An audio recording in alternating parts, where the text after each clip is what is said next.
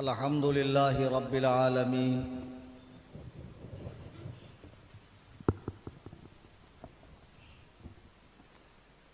والصلاة والسلام على سيد الأنبياء والمرسلين وآله وأصحابه الطيبين الطاهرين لعنة الله على الرافضين المرتدين إلى يوم الدين. أما بعد، قال الله تبارك وتعالى في القرآن المجيد والفرقان الحميد: فأعوذ بالله من الشيطان الرجيم، بسم الله الرحمن الرحيم.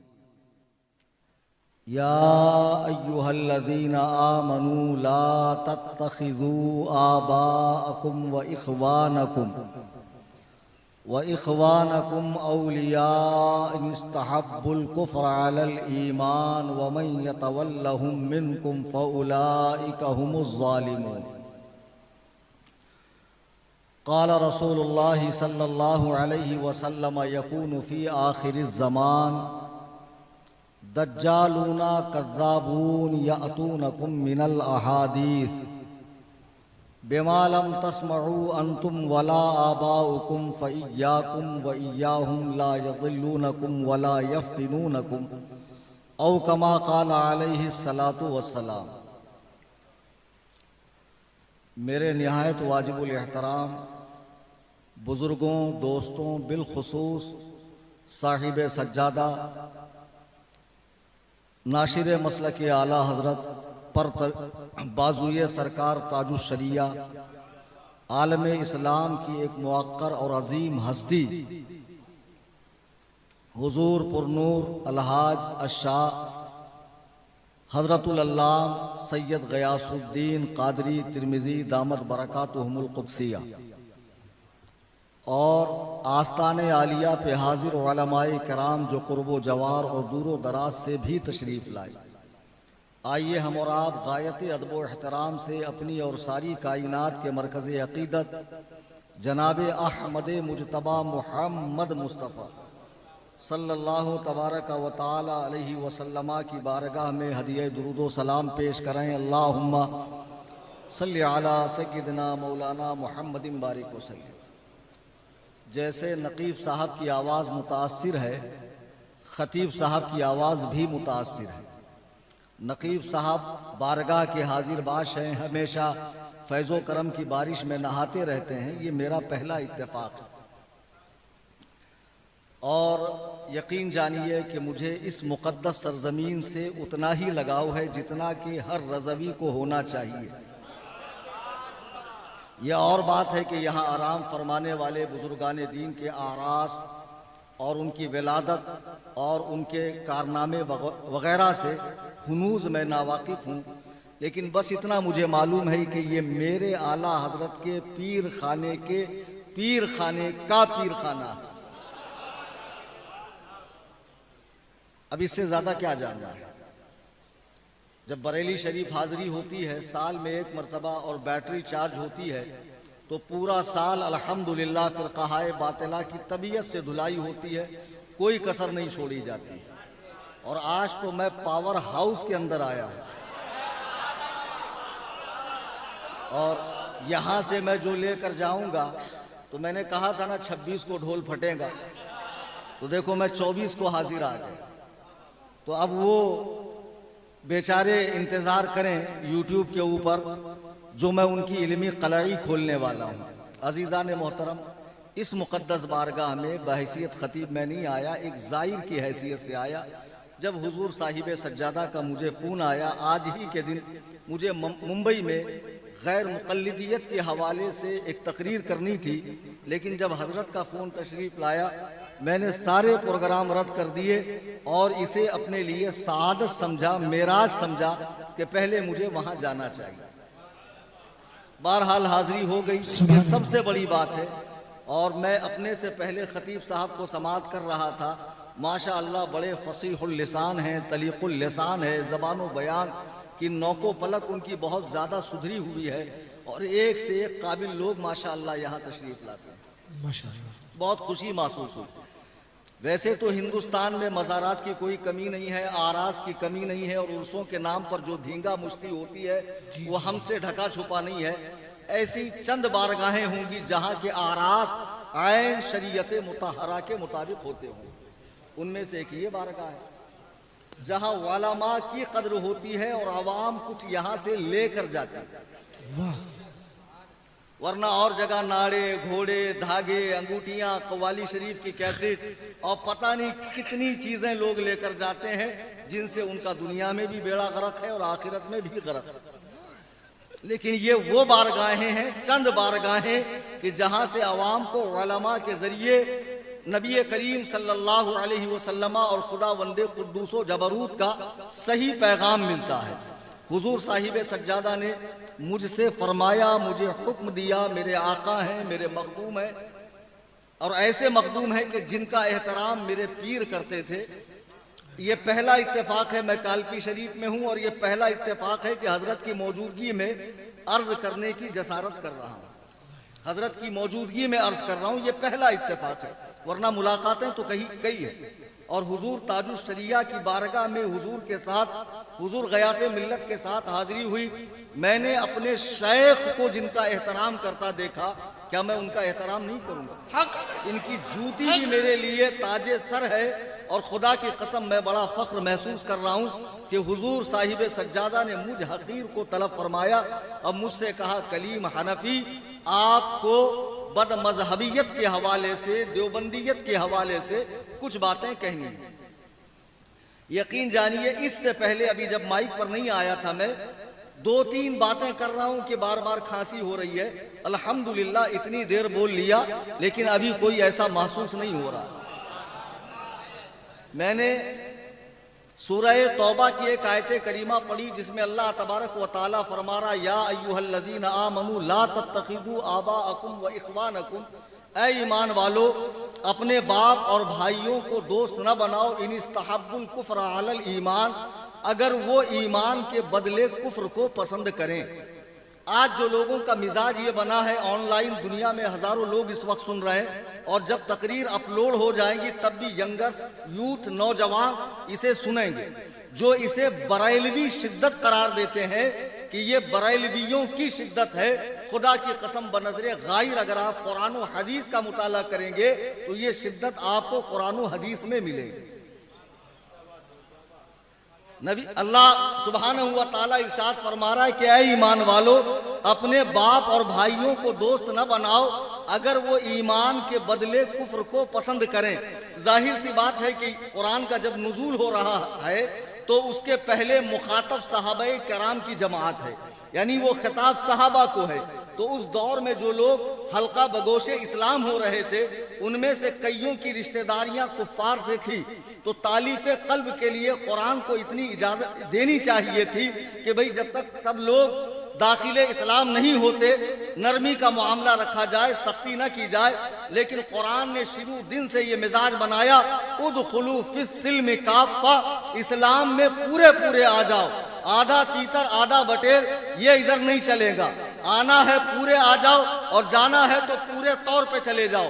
جیسا کہ اس آیت کریمہ کا موقع نزول کئی واقعات کو بتایا گیا، ایک واقعہ یہ بھی ہے، عبداللہ بن سلام جو یہودیوں کے بہت بڑے عالم تھے بارگاہ نبوت میں حاضر ہوئے اور عرض کی، یا رسول اللہ میں اسلام تو لانا چاہتا ہوں لیکن میں بروز شنبہ یعنی سنیچر کو اونٹ کا گوشت نہیں کھاؤں گا، چونکہ یہودی مذہب میں سنیچر کے دن اونٹ کے گوشت کی ممانعت تھی۔ جب آپ یہ بارگاہ رسالت میں عرض کر رہے تھے، بیان کر رہے تھے، بلبل سدرہ قرآن کی آیت لے کر اتر رہے ہیں کہ اے لوگو اسلام میں پورے آ جاؤ، یعنی سابقہ ادیان جو منسوخ ہو چکے ہیں، ان کے احکام ختم ہو چکے ہیں، اب اس پر عمل نہیں کیا جا سکتا دین محمدی کے ہوتے ہوئے۔ آپ سوچیں جب صحابہ کو اتنا پابند کیا گیا، صحابہ کو اتنا ٹائٹ کیا گیا کہ اس میں ذرا سی لچک نہیں ہو سکتی، بلکہ کئی موقعوں پہ اللہ کے حبیب علیہ السلام کا ارشاد ہے کہ اہل بدعت یعنی گمراہ لوگ اگر بیمار پڑ جائیں تو ان کی عیادت کو نہ جاؤ، ان کی مزاج پرسی نہ کرو، اگر وہ مر جائیں تو تہجید و تفکین کے معاملے میں شرکت نہ کرو، نہ انہیں کندھا دو، نہ ان کی نماز جنازہ میں شرکت کرو۔ ذرا غور کیجئے کہ جو لوگ صرف اہل سنت و جماعت سے خارج ہیں، بد مذہب ہیں، گمراہ ہیں، ان کے ساتھ اتنی سختی کی جائے گی تو جو سرے سے اسلام کا قلادہ گلے سے اتار چکے ہیں، اسلام کا پٹا گلے سے اتار چکے ہیں، اب ان کے ساتھ کتنی زیادہ سختی کی جانی چاہیے، ہونی چاہیے کہ نہیں ہونی چاہیے۔ لیکن جیسے آج کل ہر چیز میں ڈپلیکیٹ آ گیا، آپ ذرا بزرگوں سے پوچھیں کہ آپ کے زمانے میں مرغی کئی قسم کی ہوتی تھی، بولیں گے ایک ہی قسم کی ہوتی تھی، دیسی مرغی۔ اب جو فارم کی آئی ہے یہ 10-20 سال کے اندر آئی ہے۔ آپ کسی ایجڈ انسان سے پوچھیں آپ کے زمانے میں گائے کئی قسم کی ہوتی تھی، کہیں گے ایک ہی ہوتی تھی، دیسی گائے۔ یہ جو جرسی گائے آئی ہے اسرائیلی پروڈکٹ، یہ ابھی ابھی آئی ہے۔ تو جیسے انگریز کم بخت نے ہر چیز میں ایک ڈپلیکیٹ نکالا ہے، ایسے ہی ملا میں بھی انگریز نے ڈپلیکیٹ ملا نکالا۔ جی، انگریز کے منحوس قدم پڑے، نبوت کے دعوے دار پیدا ہوئے، مہدویت کے دعوے دار پیدا ہوئے، شیخ الاسلام بننے لگے، حکیم الامت بننے لگے، قاسم العلوم والخیرات بننے لگے۔ غرض کہ آپ تصور کیجئے اس دور میں کہ انگریز کے منحوس قدم پڑتے ہیں، ایک ایسا شخص جو کورٹ کچہری میں ایک وکیل کے ہاتھ کے نیچے اسے کاغذ دینے کا کام کرتا تھا، پہلے وہ دعوی مجددیت کرتا ہے، پھر دعوی مہدویت کرتا ہے، پھر دعوی مثل عیسیٰ بن مریم کرتا ہے، پھر خود عیسیٰ بن مریم بنتا ہے، پھر ذلی نبی ہونے کا دعویٰ کرتا ہے، پھر ایک پہلو سے نبی اور ایک پہلو سے امتی ہونے کا دعویٰ کرتا ہے، اور پھر وہ کہتا ہے مجھ پہ وحی جو آتی ہے معاذ اللہ مجھ پہ 3 زبانوں میں وحی آتی ہے۔ مرزا غلام قادیانی کی بات کر رہا ہوں۔ اسی دور میں انگریز کا لگایا ہوا پودا دارالعلوم دیوبند، جہاں سے یہ ذہن دیا گیا ہے کہ بعد زمانہ نبوی بھی نیا نبی آ سکتا ہے۔ آج جو دیوبندیوں کی تبلیغ دیکھ کے متاثر ہے، ان کی داڑیاں، ان کی نمازوں کا حال، ان کا تقوی، طہارت، تزویح، مصلی اور خوب دور و دراز دیہاتوں کے اندر جا کر تبلیغ کرنا۔ میں نے بارہا بتایا کہ پاخانے پہ چاندی کا ورق لگانے سے اصلیت نہیں بدلتی ہے، ورق ہٹا کے اندر کی گندگی دیکھو۔ اعلیٰ حضرت فرماتے ہیں، اور کیا خوب فرماتے ہیں، سونا جنگل رات اندھیری، چھائی بدلی کالی ہے، سونے والوں جاگتے رہیو، چوروں کی رکھوالی ہے۔ انگریز کم بخت نے ڈپلیکیٹ نبی بھی نکال دیا، ڈپلیکیٹ مولوی بھی نکال دیا۔ تو آپ کو کیا لگ رہا ڈپلیکیٹ پیر نہیں نکلے ہوں گے؟ آج ہم خانقاہوں پر دیکھ رہے ہیں تو رافضیت کی بولی جا رہی ہے، اور نسبتیں بڑی بڑی، تعلقات بڑے بڑے، القاب تو ایسے کہ عوام غش کھا کے گر جائے کہ 3 درجن القاب پیر صاحب اپنی ذات میں سموئے ہوئے۔ جن آستانوں پر بیٹھ کر تم رافضیوں کی بولی بول رہے ہو، ان بزرگوں کے معمولات کو تو تم نے اپنا لیا۔ عرس کرنا اور ختم کرنا اور ذکر و اذکار کرنا اور چلا کرنا، مراقبے کرنا، ذکر خفی و جلی کرنا، ان کے عقائد کو کیوں نہیں اپنایا؟ صرف معمولات کو اپنایا، عقائد کو کیوں نہیں اپنایا؟ آپ سرکار مخدوم کچوچا رضی اللہ تعالیٰ عنہ کی لطائف اشرفیہ اٹھا کر دیکھیے کہ آپ نے امیر معاویہ پہ بھونکنے والوں کو رافضیوں کا ملعون فرقہ کہا۔ ہم دیکھ رہے ہیں کہ وہاں سے بھی کچھ رافضیت کی بولی جا رہی ہے، اور جو بڑی بڑی خانقاہیں ہیں وہاں سے بھی چند چوزے ایسے نکل رہے ہیں جو اپنے آبا و اجداد کی تعلیمات کے خلاف کر رہے ہیں۔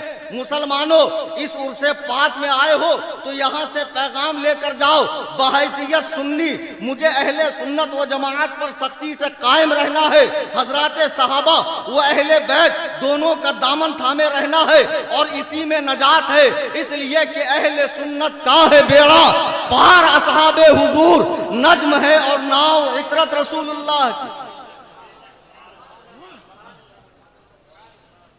تم کب انگریز کی سازش سمجھو گے؟ یہ جتنے فرقے ہیں، آج کسی شخص کو آپ پکڑو، تو کیا دیوبندی، تیرا باپ کیا کیسٹ بن، اگر بہت مبالغہ کر کے کہہ دیا باپ دیوبندی تو دادا کو دیوبندی ثابت نہیں کرے گا۔ کسی غیر مقلد کو پکڑیے، گوگل کے مقلد کو، وہ جو مسجدوں میں جہاں 25 لوگ کھڑے ہوتے ایک صف میں، اگر یہ 10 آ جائیں تو 11ویں کی گنجائش نہیں ہے۔ اتنا زیادہ پیر پھیلا لیں گے کہ بیچ میں سے قربانی کا دمبا نکل جائے گا، اور ہاتھ ایسے باندھیں گے، پیر اتنے پھیلے ہوئے، کم بخت کو اگر کوئی حوالدار بلائے ادھر آ تو اسی اسٹائل میں جائے گا، وہاں تو بڑے ادب سے حاضر ہوگا۔ بے وقوف، جب تو کسی حوالدار کے سامنے اس اکڑو اسٹائل میں نہیں جاتا ہے تو قرآن کہتا وَقُومُوا لِلَّهِ قَانِتِينَ، اپنے رب کے حضور ڈرتے ڈرتے کھڑے رہو۔ عاجزی کا انداز یہ ہے، عاجزی کا انداز یہ ہے۔ تو یہ غیر مقلدین کا فرقہ بھی انگریزی دور ہی کی پیداوار ہے۔ اچھا، لوگ بڑے چتر ہیں، نام ایسا رکھ لیتے ہیں اہل الحدیث، یعنی حدیث والے، تو معلوم پڑتا ہے واقعی میں یار حدیث والے تو یہ ہم لوگ کیا ہے، ہمارے پاس تو حدیث ہے ہی نہیں، کل حدیث تو انہی کے پاس ہے۔ اہل قرآن، قرآن والے، یعنی جب سے قرآن ہے، جب سے اہل قرآن ہے، چکما دیا جا رہا ہے۔ گلاب جامن کھاتے ہو نا، اس میں گلاب ہوتا ہے کہ جامن ہوتا ہے؟ گلاب ایک پھول ہے، جامن ایک پھل ہے، دونوں میں سے کچھ ہوتا ہے۔ تو ویسے یہ اہل حدیث ہے، نہ یہ اہل ہے نہ ان کے پاس حدیث ہے۔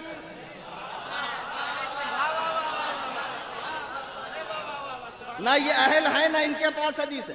اور ڈھیٹ اتنے گدہ الذی خر دماغ بیدال کے بودم چغت البخارا اتنے بڑے کہ انسی ٹیپ لے کر ناپتے امام ابو حنیفہ آگے ہیں کہ میں آگے ہوں۔ اور میں تمہیں سچ بتا رہا ہوں، دیکھو لوگ آن لائن بھی سن رہے ہیں، یہ جو تنتنا ہے نا تمہارے ہاتھ میں یہ موبائل، یہ صرف اور صرف آپ کی دنیاوی ضرورت کے لیے ہے، دین سیکھنے کے لیے۔ خدا کی قسم، میرے نبی فرماتے حتی اذا لم یبق عالما، جب دنیا میں کوئی عالم نہیں بچے گا نا، اتخذ الناس رؤوسا جہال، لوگ جاہلوں کو اپنا پیشوا بنائیں گے، جو شکلاً عالم ہوں گے، دکھنے میں عالم ہوں گے، لیکن فضلوا واضلوا، وہ خود گمراہ ہوں گے، لوگوں کو گمراہ کریں گے۔ ہم دیکھ رہے ہیں کہ آج یوٹیوب پہ چینل بنا کر 10 بائی 10 کے کمرے میں بیٹھ کر ایک صاحب ساری کتابیں رکھے ہوئے، ان کا کام تھا کیا؟ پائپ لائن درست کرنا، گٹر صاف کرنا، لیکن وہاں پر کام چلا نہیں مرزا پلمبر کا، تو یہاں آ کر تحقیق بگاڑنے لگے۔ میری رائے یہ ہے، میری رائے یہ ہے، میری تحقیق یہ ہے، میں نے جو پڑھا ہے اس کا خلاصہ ہے۔ ابے چغت البخارا، کبھی ہمارے سامنے آ کے عربی عبارت پڑھنا، جب علماء کے سامنے آتے تب کیا نکلتا؟ ڈپلوما، تب نکلتا ڈپلوما۔ بھگت بگلے تم کتنے قابل ہو ہم جانتے ہیں، سوجا ہوا آدمی صحت مند نہیں ہوتا، غبارے میں ذرا سی سوئی ٹوچ دو ساری ہوا نکل جائے۔ یہ بقراتی ان کے سامنے کرنا جو جانتے نہ ہو، ورنہ ہم جانتے لوگ سعودیہ میں جاتے ہیں اونٹ چرانے، وہاں گاڑا گاڑا عین قاف ہا مبالغے کے قطب مینار پہ کھڑے ہو کر تمام اعضائے بدن کو حرکت دے کے حدیث میں نہیں آیا، ہم نے سعودی میں نہیں دیکھا، ضعیف ہے ضعیف۔ ماشاءاللہ، اتنے بقرات لوگ ہیں۔ میں اپنے مدرسے کے آفس میں بیٹھا تھا، دیکھو میں آستانے پاک پر ہوں اور سچ بتا رہا ہوں۔ ایک صاحب ہمارے پاس لنگی بنڈی میں آئے، لنگی بنڈی میں خط لے کر آئے، مفتی صاحب خط پڑھ دو۔ ہم نے کہا آپ کو نہیں پڑھنا آتا؟ بولے نہیں، ہم کو پڑھنا آتا تو ہم آپ کے پاس آتے۔ تو میں نے کہا پڑھ دیتا ہوں۔ وہ تھے گوگل کے مقلد، غیر مقلد۔ اب خط کھولا، میں نے خط میں لکھا تھا سلام و دعا کے بعد معلوم ہو کہ ہم سب یہاں بخیر ہیں، دیکھو تم بمبئی گئے ہو پیسہ کمانے، پیسہ کماؤ لیکن کسی مولوی کی بات سننا، تقلید کے جال میں مت پھنسنا، جو بھی مسئلہ پھنسے ڈائریکٹ کتاب اللہ اور حدیث رسول اللہ سے اپنا مسئلہ حل کر لینا۔ اب میں بس کرتا ہوں، اس لیے کہ جو صاحب خط لکھ رہے ہیں ان کو ذرا جلدی ہے، تم تو جانتے ہو کہ مجھے لکھنا نہیں آتا۔ اب میں حیرت کے سمندر میں ڈوب گیا، یا اللہ، وہ چغت البخارا کو لکھنا نہیں آتا، اس خر دماغ کو پڑھنا نہیں آتا، یہ لوگ حدیث قرآن سے مسئلہ نکالتے کیسے؟ ذرا غور کیجئے، کیسے کیسے محقق پیدا ہو گئے، کیسے کیسے مدقق پیدا ہو گئے۔ ابھی وہ بنگلور کے مناظرے میں ایک 2 مالے کی ٹوپی پہن کر آئے تھے، ہاں ارے ماشاءاللہ پیر صاحب کو دیکھ کر میں نے 150 مناظرے کیے. بتائیے کتنے قابل ہیں, 150 مناظرہ کی. یہ سب دھونس ان کو جمانا بابو جو تمہاری حقیقت نہ جانتا. حضرت سلیمان کی بارگاہ میں ایک مچھر آیا, کہا حضور میری ایک کمپلین ہے, آپ لکھ لیجئے. آپ نے فرمایا کیا؟ بولے یہ کمبخت ہوا جب بھی چلتی ہے ہمارے پورے قبیلے کو بچھڑنا پڑتا, ماں ہندوستان میں, باپ پاکستان میں, میں قزاقستان میں, کچھ کیجئے. تو حضرت نے کہا جس کے اوپر تم نے مقدمہ کیا ہے اس کو بھی تو بلانا پڑے گا, ایک کام کرو رکو میں ہوا کو بلاتا. اس نے کہا واقعی حضور بلائیں گے؟ تو حضرت سلیمان نے کہا بات تو اس کی بھی سننی پڑے گی نا. تو اس نے کہا ایک کام کیجئے میرا کیس واپس دے دیجئے. اس کو معلوم ہے نا ہوا آنے کے بعد میں رکوں گا. تو ایسے فقرات جہاں جہاں آئیں آپ بریلی کے اسپیشل ٹرینڈ کیے ہوئے علماء کو بلا لیا کر. خدا کی قسم دلائل کے میدان میں, میدان مناظرہ ہو, خطابت ہو, کوئی ہو, امام اہل سنت کے یہ خدام, یہ غلام کسی میدان میں پیچھے نہیں ہٹتے.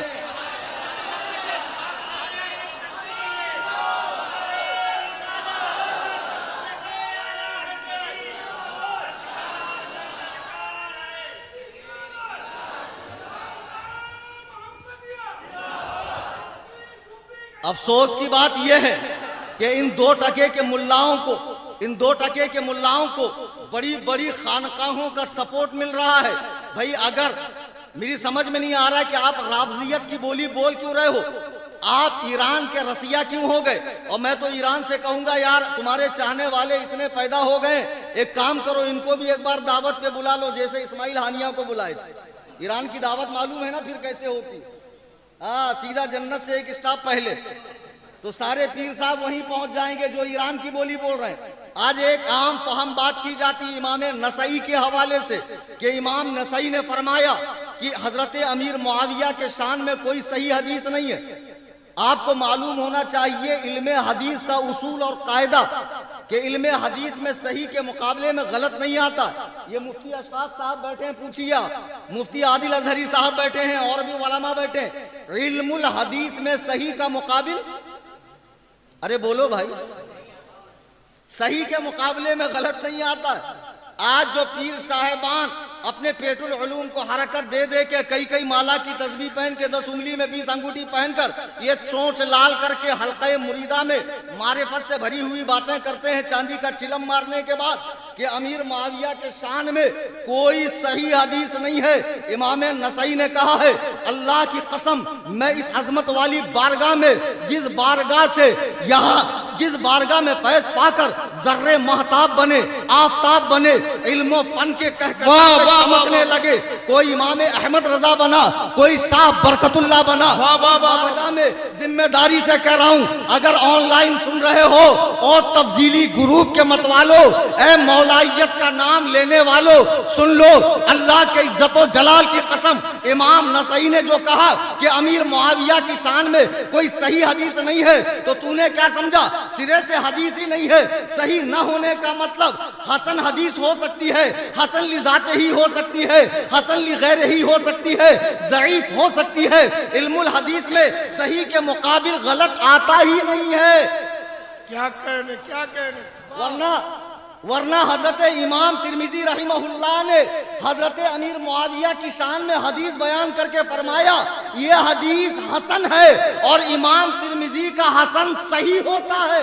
واہ واہ واہ واہ. لیکن کبھی تشریف لائیے مکتب میں پڑھیے ہماری طرح قال اللہ قال رسول. آپ کو تو باپ کی فیلڈ پہ راج کرنا ہے اور جو اندھ بھکت ہے انہی کے اندر کھیل کر آپ کو اپنی 7 پشتوں کے کھانے کا انتظام کرنا ہے. حساب سے رہیے پیر صاحب. اور اب تو ایسے پیر ہے سارا زور ان کے حلق کے اندر ہے, وہیں 4 دیواری میں بیٹھ کے ہاتھ میں بھکمنگوں کی طرح مائک لے کر گلا پھاڑیں گے, وہیں سے سارا مناظرہ کریں گے. 1 مہینہ ہو گیا چیلنج دے کر کہ بھئییا آؤ فتاوی رضویہ ہم کو سمجھاؤ. واہ واہ واہ واہ واہ. آؤ سمجھاؤ فتاوی رضویہ. جب لوگ قرآن پڑھ کے گمراہ ہو سکتے ہیں, حدیث پڑھ کر گمراہ ہو سکتے ہیں, تو فتاوی رضویہ سے گمراہ نہیں ہو سکتے؟ بالکل ہو سکتے ہیں. قرآن کہہ رہا یضل بہ کثیرا ویہدی بہ کثیرا، قرآن پڑھ کر لوگ گمراہ ہوں گے، قرآن سے لوگوں کو ہدایت ملے گی۔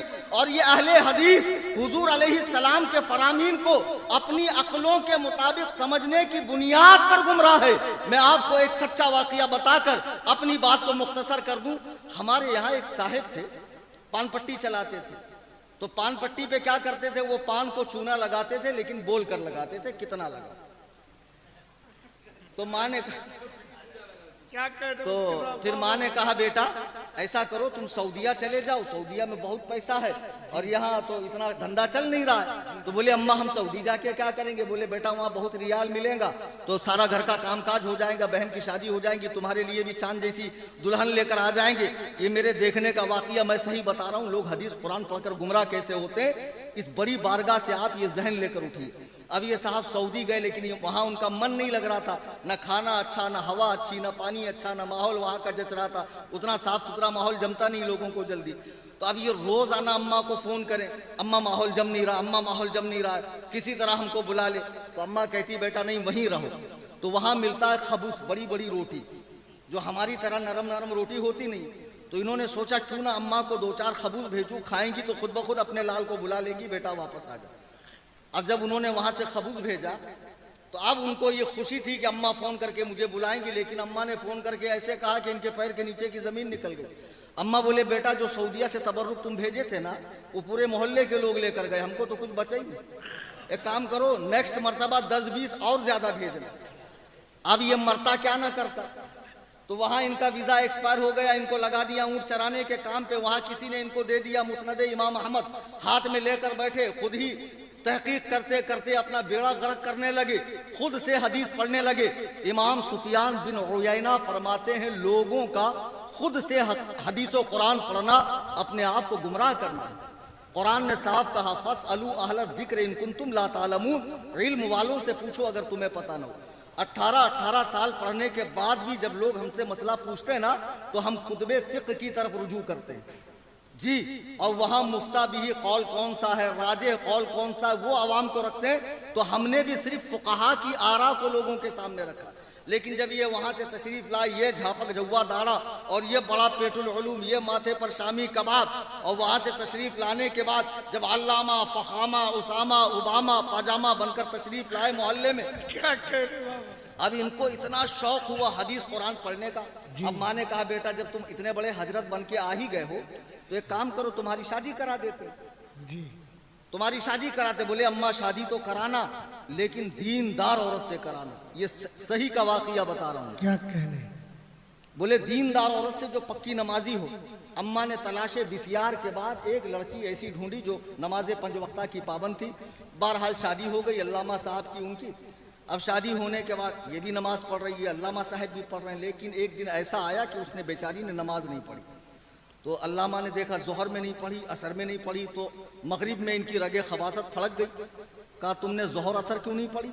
تو اس نے کہا اے میرے شوہر، اے میرے سرتاج، میں اس منزل میں ہوں جہاں مجھے نماز نہیں پڑھنی چاہیے۔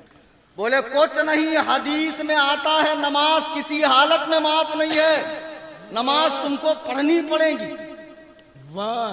تو وہ سمجھی شاید حضرت سمجھے نہیں، تو بولے حضور مجھے آ رہا ہے۔ بولے آ رہا ہو چاہے جا رہا ہو نماز تم کو پڑھنی پڑے گی۔ ابھی بیچاری بڑی پریشان، تو اس نے کھل کر کہا حضور میں حائضہ ہوں، میں نماز نہیں پڑھ سکتی۔ تو انہوں نے حدیث سنا دی سنن ابی داؤد، لا تقبل صلاۃ حائض الا بخمار، حیض والی کی نماز نہیں ہوتی جب تک اوڑھنی نہ اوڑھے، اوڑھنی اوڑھ لے نماز ہو جائے۔ پریشان کہ اب تک تو مفتی کلیم سے سنی تھی، کلیم حنفی سے، کہ اس حالت میں اگر کوئی قصدن نماز پڑھے تو کافرہ ہو جائے گی، اور یہ پتہ نہیں کون سی حدیث پڑھ کے آیا، ڈائریکٹ عربی میں بول رہا ہے اور بتا رہا ہے کہ نماز اوڑھنی اوڑھ کر پڑھو۔ تو اس نے کہا ایک کام کرو میں مائکے جاتی ہوں، پہلے ٹھیک ٹھاک سے مسئلہ سمجھ کے آتی ہوں۔ پھر یہ آئی، آنے کے بعد محلے کی عورتوں سے ڈسکس کیا، اچھا یہ بتاؤ کہ تم کوئی دین کا مسئلہ جانتی ہو؟ عورتوں نے کہا نہیں ہم تو روٹی بنانا جانتی ہے، لیپنا پوتنا جانتی ہے، دین کا مسئلہ تو مفتی صاحب جانتے ہیں۔ بولے ایسا ایسا مسئلہ ہے۔ تو عورتوں نے کہا تمہارا شوہر پاگل ہو گیا، بیوقوف ہو گیا، وہ کیسے نماز پڑھنے کے لیے کہہ رہا؟ چلو مفتی کلیم کے پاس۔ ہمارے پاس استفتاء آیا کہ حضور میرا شوہر ایسا کہتا ہے تو میں سمجھ گیا کہ اس کو مرض کیا لگا ہے خود سے حدیث و قرآن پڑھنے. جو علماء کے پاس نہیں آتے نا, گھر میں بیٹھے بیٹھے ہی دین سیکھتے ہیں, سارا کے سارا موبائل سے. خدا کی قسم گمراہ ہو جاؤں گا, اور شیطان کو گمراہ کرتے دیر نہیں لگتی. جی جی جی آج جب مدارس ہیں, علماء سچ ہے. ہیں, اور جگہ جگہ پیرانے کرام ہیں, آستانے ہیں, یہاں سے جڑ کر ان کے ذریعے دین سیکھو. دین کے نام پر کسی بھی گروپ میں, کسی بھی چینل میں کہیں بھی ایڈ مت ہو, ورنہ ایمان کا طوطا اڑتے دیر نہیں لگے. بے شک. میں نے اس خاتون سے کہا ایک کام کر, پہلے تو تم کو شادی کرنی نہیں چاہیے تھی, اب تم نے کرا تو ایک ٹرائی میں ماروں گا, تم وہاں چلی جاؤ اور ہماری دعوت کرو. پھر وہ گئی, ہماری دعوت کی, اور ہم وہاں جا کر بیٹھے تو سامنے سے وہ فضیلت الشیخ حفظہ اللہ تشریف لا رہے تھے اپنے وجود نامسعود کے ساتھ. جب قریب آئے بولے مولوی صاحب آپ تشریف لائے اس حنفیہ کی وکالت کرنے کے, معاذ اللہ رب العالمین. ارے تو میں نے کہا آپ اتنے بکھر کیوں رہے, آرام سے آپ بیٹھیے. تو بولے دیکھیے مولوی صاحب, جو بھی بات ہم سے کیجئے گا قرآن سے یا حدیث سے, قرآن سے یا حدیث سے, تیسری بات نہیں کرنا. تو میں نے کہا آپ بیٹھیے, میں قرآن حدیث ہی سے بات کروں گا. آپ ذرا یہ بتائیے کہ عورت و مرد کی نماز میں کوئی فرق ہے کہ نہیں؟ بولے کوئی فرق نہیں ہے, بخاری کی حدیث ہے, اللہ کے نبی فرماتے ہیں صلو کما رأیتمونی اصلی, نماز پڑھو جیسے مجھے پڑھتا دیکھتے ہو. نبی کا یہ فرمان عورتوں کے لیے بھی ہے, مردوں کے لیے بھی ہے. یہ آپ حنفیوں نے الگ کیا ہے, عورتوں کا طریقہ الگ, مردوں کا طریقہ الگ. میں نے کہا ماشاءاللہ آپ تو ہر بات میں حدیث پیش کرتے. بولے تب سعودیہ میں 8 سال رہا ہوں میں. اچھا, تو میں نے کہا اچھا کوئی فرق نہیں ہے. ایک تو مسئلہ یہ بتا دیجئے کہ اگر کسی مرد کے بال بڑے ہوں اور وہ جوڑا باندھ لے, نماز ہوگی؟ بولے نہیں ہوگی. سنن نسائی کی حدیث ہے, حضور نے فرمایا ہرگز کوئی لمبے بال والا بالوں کا جوڑا باندھ کر نماز نہ پڑھے ورنہ نماز نہیں ہوگی. میں نے کہا اگر عورت باندھے؟ بولے ہو جائیں گے. تو میں نے کہا ابھی تو تم کہہ رہے تو کوئی فرق نہیں. بولے نہیں ایک فرق ہے. میں نے کہا بغیر ٹوپی کے؟ بولے بالکل ہو جائیں گی. یہ تو بغیر ٹوپی کے پڑھتے ہی ہے نا, ان کو ٹوپی بھی بوجھ معلوم پڑتی ہے. بتاؤ کیسے منحوس ہے, جان بوجھ کے ٹوپی نہیں لگا, اور اتنی جلدی رہتی. دعا ایسے مانگتے مجھے مت دے, پیچھے والے کو دے, اور کچھ ایسے مانگتے دینا ہے تو دے, نہیں تو مت دے. سنت نہیں پڑھیں گے. تو پھر میں نے کہا بغیر ٹوپی کے ہوں گے؟ بولے بالکل ہوگی. حدیث پاک میں آتا ہے کہ صحابہ کرام بغیر ٹوپیوں کے نماز پڑھتے تھے. اور میں نے کہا عورت؟ بولے نہ, عورت کو اگر اتنی پتلی اوڑھنی اوڑھی کہ اس کے بالوں کی سیاہی دکھی تب بھی نماز نہیں ہوگی. میں نے کہا ابھی تو تم کہہ رہے تو کوئی فرق نہیں. نہیں, بولے مفتی صاحب 2 فرق ہے. تو میں نے کہا یہ بتاؤ, جیسے جب کوئی فرق نہیں ہے تو عورت اقامت دے سکتی ہے, اقامت کہہ سکتی ہے؟ بولے نہیں. تو میں نے کہا دیکھو فرق تو نکلا. عورت مردوں کی صف میں کھڑے ہو سکتی ہے؟ بولے نہیں. عورت اذان دے سکتی ہے؟ نہیں. عورت امامت کر سکتی ہے؟ نہیں. کئی فرق گنواتا گیا تو علامہ صاحب کا جوش ٹھنڈا ہوا, سمجھ گئے مولوی صاحب سامنے قابل ہیں. بولے حضور وہ سب تو ٹھیک ہے, لیکن میں نے جو حدیث پڑھا وہ غلط ہے. اللہ کے نبی فرماتے ہیں کہ حائضہ کی نماز نہیں ہوگی جب تک اوڑھنی نہ اوڑھے. تو میں نے اس کو پوچھا یہ بتاؤ حدیث آج سے ہے؟ بولے نہیں, حدیث تو 1500 سال سے. اور میں نے کہا عورتیں؟ بولے عورتیں بھی تب سے ہیں. تو میں نے کہا کسی محدث, کسی فقیہ, کسی مجتہد, کسی عالم کو سمجھ میں نہیں آیا, ڈائریکٹ تم کو سمجھ میں آیا اس حدیث کا یہ مطلب ہے. تو بولے حضور اس کا اور کیا مطلب ہے, حائزن کا مطلب کیا ہے؟ میں نے کہا بے وقوف, حدیث و قرآن پڑھنے کے لیے 20 علوم چاہیے. کتنے؟ 20. سبحان اللہ. زیادہ بقراتی مت کیا کرو. چلے میں جا کر آ گئے اور چوک درس دینا شروع کر دیا, اور حدیث میں آتا ہے. مبادہ رسول اللہ کی طرف کوئی بات غلط منسوب ہو گئی تو ٹھکانہ جہنم ہو جائے گا تمہارا. تو میں نے کہا اس حدیث کا مطلب تم کو معلوم ہے؟ حائزن کا مطلب کیا؟ بولے جسے حیض آ رہا ہو. میں نے کہا نہیں, یہ لغوی معنی ہے, حدیث میں لغوی معنی مراد نہیں ہے. حائزن بمعنی بالغتن. اللہ کے نبی فرماتے ہیں جب کوئی لڑکی بالغ ہو جائے تو اب بالغ بچی کی نماز بغیر اوڑھنی کے نہیں ہوتی ہے. یا حائزن بمعنی بالغتن ہے. حدیث و قرآن پڑھنے کے لیے مدرسے میں خاک چھاننی پڑتی ہے, 8 سال کا درس نظامی کرنا پڑتا ہے, تب آخری میں ہم کو بخاری دی جاتی ہے، اور یہ لوگ پہلے دن سے ہی جو ہے بخاری کھول کر اسلام 360 اور یہاں وہاں گوگل کی معرفت دین سیکھتے ہیں۔ خدا کی قسم ایسے ہی لوگ گمراہ ہوتے ہیں، ایسے ہی لوگ مرزا کذاب کا شکار ہوتے ہیں، ایسے ہی لوگ مرزا غلام احمد قادیانی کا شکار ہوتے ہیں، ایسے ہی لوگ یونس گوبر شاہی کا شکار ہوتے ہیں۔ اب سنو، فتنے تو اتنے آنے والے ہیں، میرے آقا فرماتے ہیں لوگ قبروں کے پاس جا کر تمنا کریں گے، اے کاش اس قبر میں بجائے اس مردے کے میں ہوتا، ہاتھ میں انگارہ رکھنا آسان ہوگا، دین پر چلنا مشکل ہوگا۔ یہ وہی دور ہے، اگر اس دور میں ایمان کی سلامتی چاہتے ہو، اللہ کے عزت و جلال کی قسم، رسول کریم کی اولاد کی موجودگی میں کہہ رہا ہوں، آپ امن و امان والا راستہ مسلک اعلیٰ حضرت کو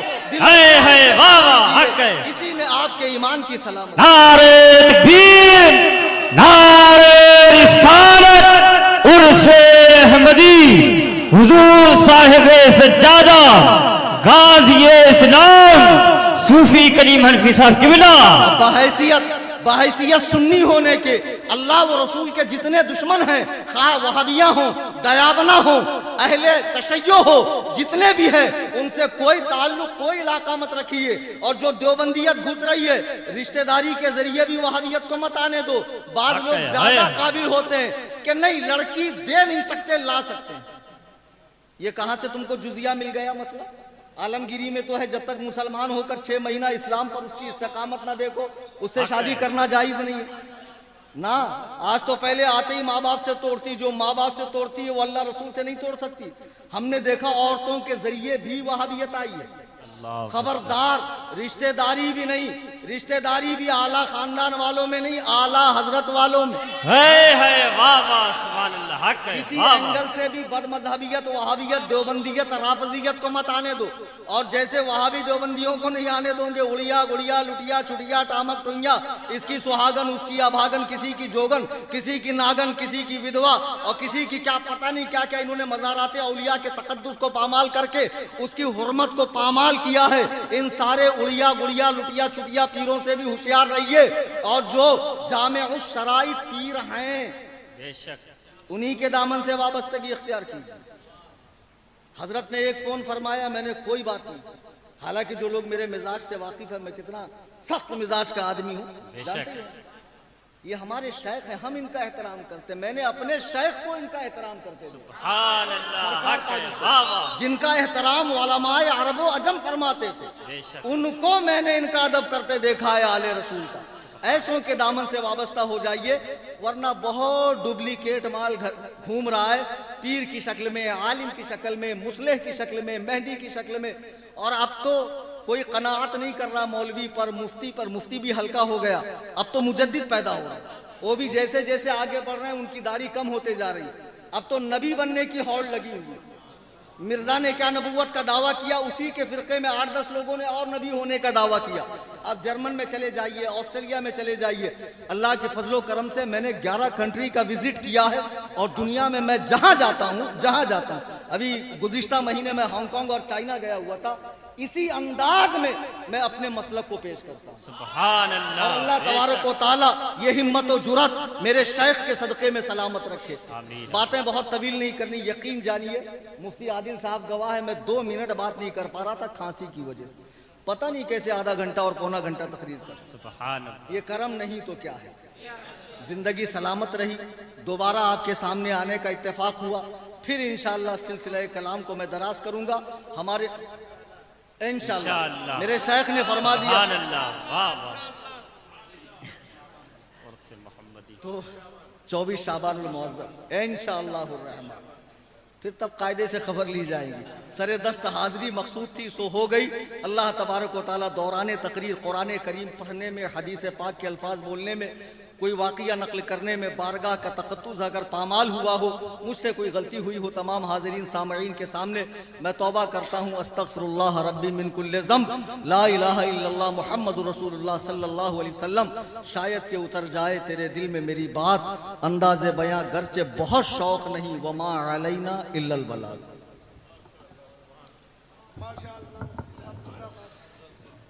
یا نبی سلام علیکہ یا رسول